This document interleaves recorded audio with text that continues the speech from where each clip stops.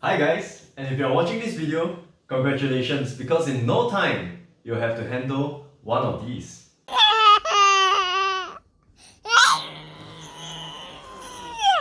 So I just want to say to all the expectant couples out there, that's perfectly fine and perfectly normal if you feel totally lost now. So be easy on yourself and be easy on your spouse as well. Work together and know that both of you are on the same team and it will turn out fine. In this video, we'll be touching on a few topics which will bring you up to speed on this wonderful journey ahead. Topic number 1, we'll be talking about the major decisions that you'll have to make. This would include things such as the type of birth which you choose to embark on, the choice of hospital, the choice of obstetrician and gynecologist, as well as the pros and cons of a subsidized route so that you can make a sound decision from there. Topic number 2, we'll be talking about finances. For finances, we'll be looking at the Medisave usage for your prenatal checkup, delivery, as well as the hospital stay for both mother and child. We will also be sharing a little bit about the benefits of having a little one in Singapore. Topic number 3, we'll be looking at the procedures and processes from trimester 1 all the way up to delivery. And do take note that we'll be sharing based on our own personal experience, and as case to case do vary, do just use it as a reference in order to know what to be expecting on this wonderful journey ahead. There are basically 5 different kinds of birthing methods or deliveries in Singapore. Number 1 would be that of a normal delivery, also known as natural birth or vaginal delivery. So as the name suggests, the baby will be moving through the birth canal and be born from the mother's vagina. So the good thing about this method is that it's a less complicated procedure, and as such, the mother will require less time to heal. And in turn, your medical fees will be a lot more affordable as compared to the rest of the other options. Option number 2 we'll be looking at is cesarean section, also known as C-sect. For cesarean section, it's basically a process whereby a surgical incision is being done on the mother's abdomen and uterus to surgically deliver the baby. So for this procedure, the good thing is that you are able to schedule ahead of time and thus anticipate events and plan ahead of time. The downside to this is that it will be a little bit more costly and the mother will require more time to heal as well. Method number 3 will be that of water birth. So for water birth, it's basically delivering your child in a tub of warm water. So for those parents who have decided to embark on this option for the method of delivery, do take note that there's only 2 hospitals in Singapore with the facilities to support this option. And these 2 hospitals are Thomson Medical Centre and National University Hospital. So for option number 4 would be that of assisted delivery. So assisted delivery is basically like normal delivery, but perhaps during the process of it, there may be some complications or difficulty, and therefore the obstetrician would have decided to say they require a tool to facilitate the delivery. So this tool can come in the form of a vacuum extractor or a pair of forceps. So for those of you who do not really know what forceps are, it's basically like a pair of spoons that help to actually kiap your baby out in the delivery process to help facilitate it. So for option number 5 would be that of VBAC, also known as the vaginal birth after cesarean. So this is only relevant for subsequent pregnancies, whereby the mother has actually undergone a cesarean section for her previous delivery rather, and have chosen to opt for a normal delivery this time around. So do take note that should you choose to embark on a VBAC, you will require to be advised by your obstetrician and gynecologist to approve the safety for that procedure. So according to Health Hub by Ministry of Health, there's 32 medical facilities, of which only 10 of them allow you to deliver your child there. So these are the list of the 10 different hospitals for you to deliver your child. Do take note that only Thomson Medical Centre and National University Hospital allow you to choose water birth as one of the options.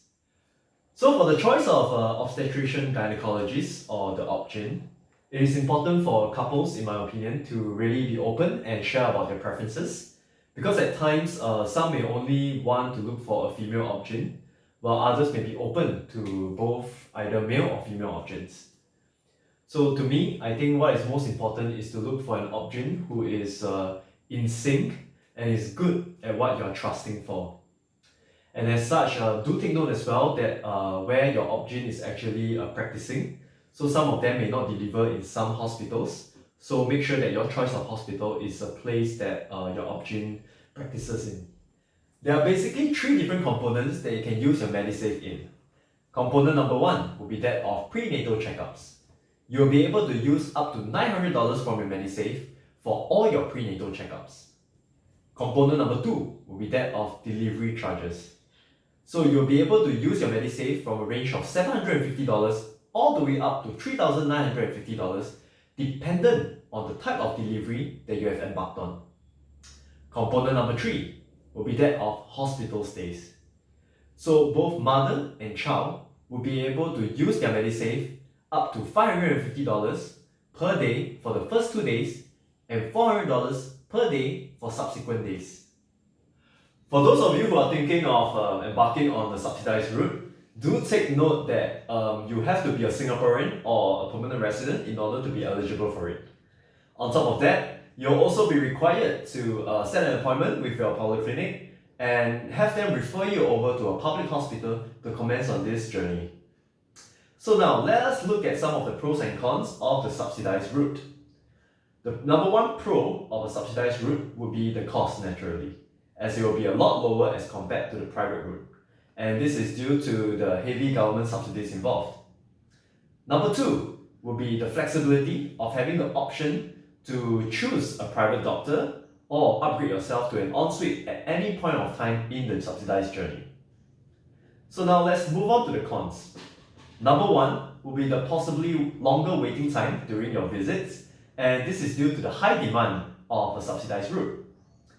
Number 2 will be the fact that you will be served by a group of obstetrician and gynecologists, and they will be rotating. And thus, the doctor that is doing your checkups and the doctor that is doing your delivery may not be the same doctor. Number 3 will be the hospital wards that you'll be staying in. For the subsidized route, the hospital wards may not be as classy as the private hospital, but as mentioned earlier, you will be able to have the option of choosing the alternative at any point of time in your journey. Having a baby in Singapore comes with its benefits. But before you get too overly enthusiastic and start setting aside your condoms to populate the entire nation, please take note that only lawfully wedded couples with their child being born as a Singapore citizen will be able to enjoy these benefits. Benefit number 1, we'll be looking at a one-off $3,000 cash payout from the government. In order for you to enjoy this benefit, your little one will have to be born between the 1st of October 2020 to the 30th of September 2022. This amount will be paid out within 1 month of enrolling your little one into the baby bonus scheme. Benefit number 2 will be the baby bonus. The baby bonus is a cash payout ranging from $8,000 to $10,000 depending on the number of children that you have. This payout will be done within 5 different tranches. The first tranche will be when your child is 1 to 2 weeks old, the second when your child is 6 months old, the third when your child is 12 months old, the fourth when your child is 15 months old, and the last and final tranche when your child is 18 months old.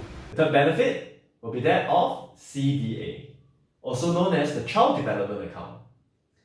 The Child Development Account is a special savings account being set up for your child's educational and healthcare needs. You can set up a CDA account for your little one with any one of the 3 local banks in Singapore, namely POSB DBS, UOB, or OCBC. Once the CDA account is being set up, there will be $3,000 being automatically credited into the account. On top of that, there's also a $1 to $1 top-up scheme available for you. Benefit number 4 will be that of tax relief. Every year, parents will have $4,000 tax relief to share from courtesy of your little one. And the last, fifth, final benefit of having a little one in Singapore will be that of a Medisave account dedicated for him.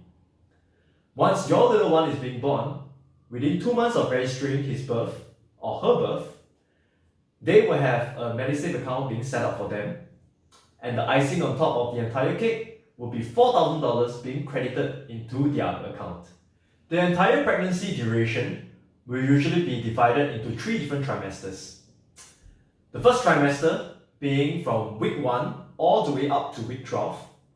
The second trimester being from week 13 all the way to week 26. And the third and final trimester will be from week 27 all the way to the delivery date. For your first trimester, you can expect monthly visits to your option. On top of that, you'll be expected to go for some prenatal screenings as well.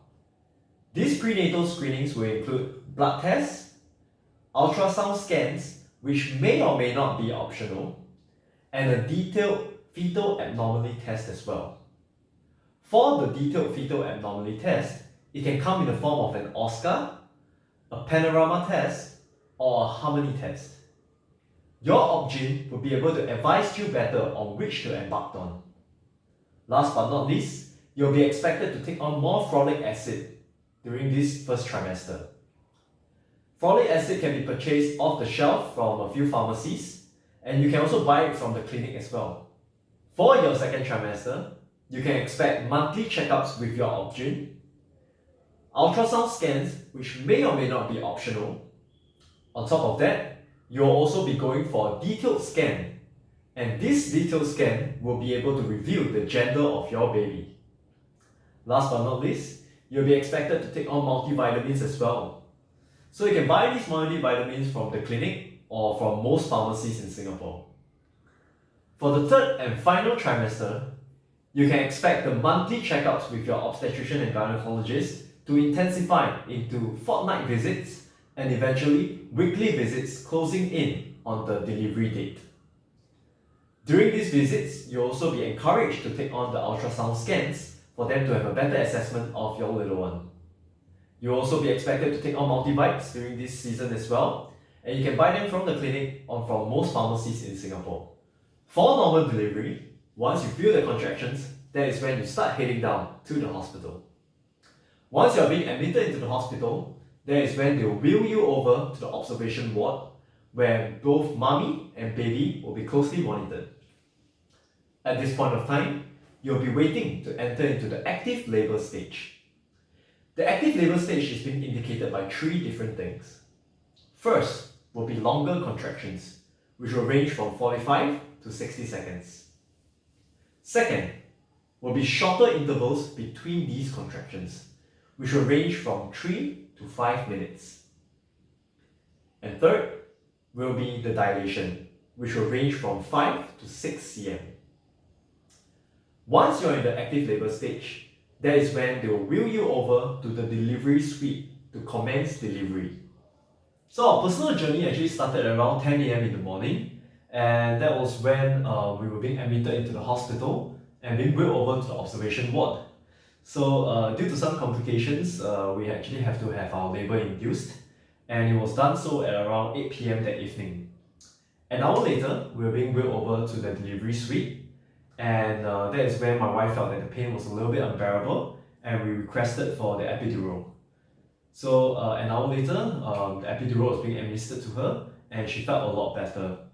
So for those of you who intend to take on the epidural services, do take note that time is required for the anesthesiologist to come down and prepare. So do take that into consideration when you do your request.